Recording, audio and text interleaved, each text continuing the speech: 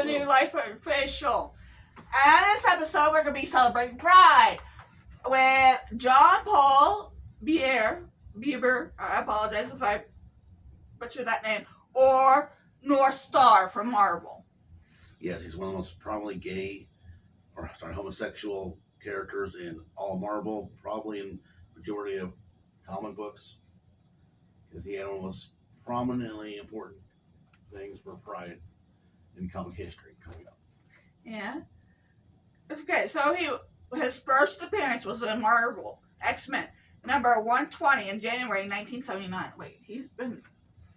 Yes, he's been around for a while. It was probably by the time they were exploring more Wolverine's past, because he's a member, as we'll talk about later, of Alpha Flight, the team that Wolverine was on. Now, of course, after Wolverine left, but when they tried to get Wolverine back, you get one, because originally Wolverine was on loan to the X-Men, and he never came back. But he was created by the legendary Chris Claremont and John Byrne. That's the name that in X-Men fandom, the most important two names you'll get. Because Claremont wrote decades of X-Men. He created Phoenix Saga. He did New Mutants. He did X-Force. Pretty much he ran like 5 X-Force at once almost. And he ran everything. He was the god for X-Men. He's the one who took X-Men from being, when it came back doing okay, to being the top selling comic of all time for a while. Mm-hmm. Okay, so Northstar's powers are flight, super speed, heightened durability, light generation, and concussive blast. So he's got another thing like Scott with his eyes. Kind of, but not quite. He can shoot energy beams out. Yeah, they're concussive, or he can use a laser and cut through things too. But really? Just for comic book safety, as we'll call it, it's usually concussive. He's not burning holes into people. Mm-hmm. Okay, so of course, what does it mean by light generation? He could produce light himself. So a Dazzler type thing without the singing, because I know you hate the singing. Much better. You should. Okay, so of course he's a mutant. Yes. Okay, so Northstar is a mutant who could generate light when in physically contact with his twin sister Aurora. Yeah, they were together, and literally it had to hold hands like this, and they could produce light. It'd be so powerful, like as powerful as a lighthouse. It could blind a whole army of people. Was it in the Spider-Man cartoon, like from like the 70s or so? I want to say so. Might have been. They definitely made many appearances, or several appearances, in the 90s X-Men cartoon. It just don't want to at least say his name very often, because he was really popular at the time. He could later develop the ability to do this on his own. Yeah, he eventually got to the point where he could do all his powers without his sister's help. Well, didn't his sister unalive? Yeah, she did unalive for a bit. So that might explain the reason why he had to do it. Pretty much anybody in the X-Men is unalived multiple times, especially once the Krakoa era hit. It just became like, in comic books, there's like several things that happen. He's getting reborn today. If they know somebody's been resurrected, it's got to do with the X-Men. Just messing with time, it's got to do with the X-Men. So.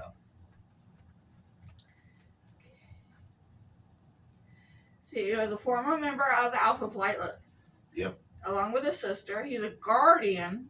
No, team was Guardian, Sasquatch, Shaman, and Puck.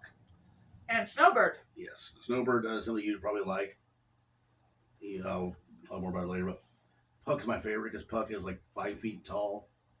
He used to be this really big, strong, like Arnold Schwarzenegger type guy, until they found some magic crystal that made him stronger, but pretty much compacted him to make him stronger. Okay.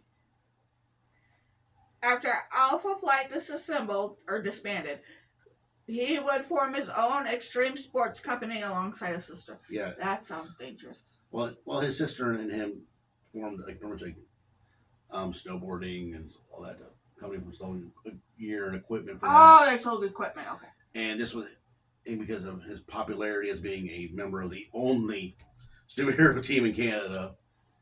They use his name and her name. So, yeah, they became pretty much successful. Groovy. So he became independently wealthy. Okay, so because he did this venture with his sister, he eventually met his future husband. That was her one of her best friends.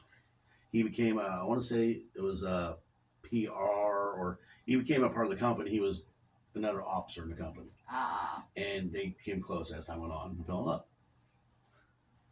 So he would later take the job with the Xavier School for Gifted Youngsters, teaching business and economics. Well, that makes sense if he Wolverine offered him a place in the team originally. He was like, and he originally refused because he thought it was kind of like one of those DEI hires, pretty much like, are you doing it because I'm a prominently gay mutant, or like, no, we want you because of who You're you the are. smart. Yeah, because of course, he originally taught business. Of course, later on, he taught more practical mutant skills like flight.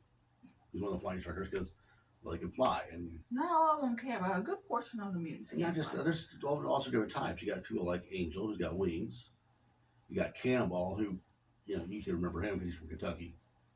He's pretty much he Yes, flies I a know. straight line. Yes, I know because Abby's obsessed with the New Mutants movie. Yeah, that's the only reason why I know him. He flies in a straight line. He's like a rocket. Or you have other ones who just like Gene uses telekinesis to fly, or Rogue who just flies. I'm not sure they actually explain it was how she flies. She flies. Oh. We'll discuss that in the letter R video. Or Aurora Monroe. She uses wind currents, yeah. So he teaches them different way, how to fly and how to control speed. And what about the Magneto family? Because I know Polaris can also fly like that. magnetism. Yeah, I know, but does he teach that too? Well, he's not. It's basically flight skills, not how to do it, but just how to control and how to maneuver and stuff like that. Okay. So then he would marry his longtime boyfriend in Astonishing X-Men number 51, June 2012. That early? I actually said that late to me, but yeah. Well, I know that. Having the first same-sex marriage in a mainstream comic. Yeah. It was a very big deal. I remember when it came out.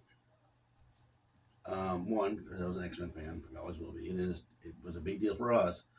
But of course, bigots were flipping out. Oh, but then there was a who question, yeah. because Northstar, unless you were a diehard X-Men fan or Alpha Flight fan, you didn't really know. It's not like a Cyclops or Wolverine. Did Alpha Flight have their own comics? I believe they did for a bit. If not, then Marvel missed on a giant opportunity in Canada. Right. Because they did have their own comic line for certain teams, like Captain Britain was it literally a UK exclusive comic book for a while. So I would see why they wouldn't have an Alpha Flight. But I think Alpha Flight probably had some limited series at least. Okay. So he would remain an active character in the Krakoa era of the X-Men when he was chosen to lead X Factor. X Factor is one of my favorite teams. It started out as X Force, one of those military teams. It became more like a investigation service. Ah. It's one of those. It proves the concept that the X-Men can do anything. Multiple Man was the original leader of X Factor investigations. Oh, okay. But in the Krakoa era, they became more of a, like the police force for the mutants. And when his sister was murdered, he got to investigate that, and he remained as a leader for a long time on the team. For a long time in Krakoa era, like 3 years. Okay, so after Krakoa fell, he would continue to be the leader when he led a team consisting of his family and Alpha Flight in rescuing Canadian mutant children from anti-mutant forces. Yeah, when Krakoa fell, there was a group called Orchid that was anti-mutant, and of course they're stupid. They brought in Sentinels and Nimrod and all that, and of course the Sentinels took over. Of course. They were anti-mutants. They wiped out Krakoa, and they were hunting mutants again. So his husband, his wife, and Alpha Flight were working together to get mutant children out of danger from any mutant in Canada, to get them to safe places. You just said wife. I meant his husband and his sister. Sorry, I misspoke. Yeah. Though, I mean, technically, he could be his wife, too, so... Whatever, I believe they use the title husband, no. Do they? I believe that's the title they chose in the comics, because it's not what I say, they don't harp on their relationship all the time. It's like if you're not Scott and Jean or Scott and Emma for a good long while, your relationship is kind of there unless it's an important issue, like Kitty and Colossus almost getting married, or Wolverine almost getting married, or Storm getting married, then annulled. But the main romantic storylines usually revolve around Scott. Yeah. He is the team leader. He is the hey, or you forgot Professor X and his space girl. And Alondra, yeah. But even that was there. It wasn't as big a deal because it wasn't like every issue. Except for when he left. Yes, when he did leave. Okay, so. Which he's gone again. She got brought back and he left again. I'm ignoring. If I remember correctly, they faked his death. So everyone thinks that he was dead. And I believe his last words told him was start a school. To rebuild the school. I don't know. I'm staying out of that. Okay, so his powers are superhuman speed, flight, photokinesis, and energy blast. I don't know, restated twice, but photokinesis is light generation. Mm-hmm. So, where have you first heard about Northstar? I told you that that's 70s-ish cartoon. See, my first seeing it. I know that there was a Spider-Man cartoon, and he wore black with like a white star, and his sister was like a redhead with like yellow and red mask. No. And they had to hold hands. He and his sister have matching attire. So you might be thinking of Firestar from the Amazing Spidey's Amazing Friends. That's it. So I was close on the concept. Yeah, Northstar might have been in there because it would be at the same time it was debuted. So they might have thrown him in there just to get in there. Like, I first heard about him seeing him in the '90s cartoon. I want to say it was the old Genosha story arc where it was Gambit, Jubilee, and Storm went on vacation to this supposed mutant haven in Genosha, and they being captured. And one of the many mutants there, because they have a bunch of them, was Northstar. And then as I heard about Alpha Flight, I started reading more different teams, and a little bit about in that. And of course, again, as an avid X-Men reader, of course, I read the issue where he got married. Of course, I didn't buy the issue because getting my hands on it was hard where I was at.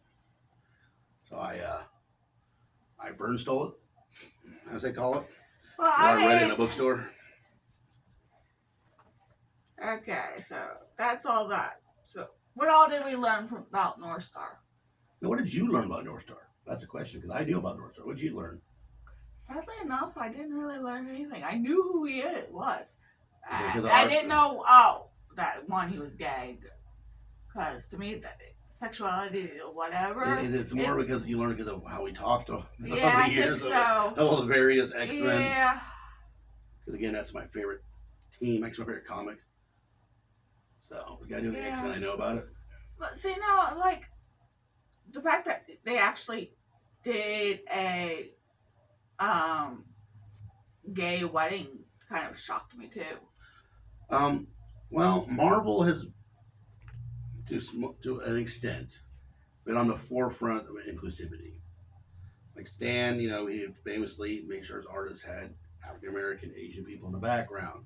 And when they made they showed Northstar as homosexual, and Bobby Drake, they gave people of that sexuality somebody to identify with. That's why, I think probably the biggest character for LGBTQ would probably be Mystique. Yeah, because she's with Destiny, isn't she? Not just that, Mystique can be any gender. She's gender fluid. Yeah, she's even more gender fluid than Loki is. Right, and so she could be in sexuality fluid. She's been with men, women. So I do think it's important that we highlight characters like Northstar. So, in truth, Mystique is Pan. I'm not sure how she did that. I'd consider that probably yes. But when they made that wedding, it was important because they say, hey, you exist, you're important. And I'm definitely not surprised at the X-Men books. No. Because the X books, we could probably do a whole Pride Month on just X-Men alone. Right. because the X books have always been the group of the others. Here I am.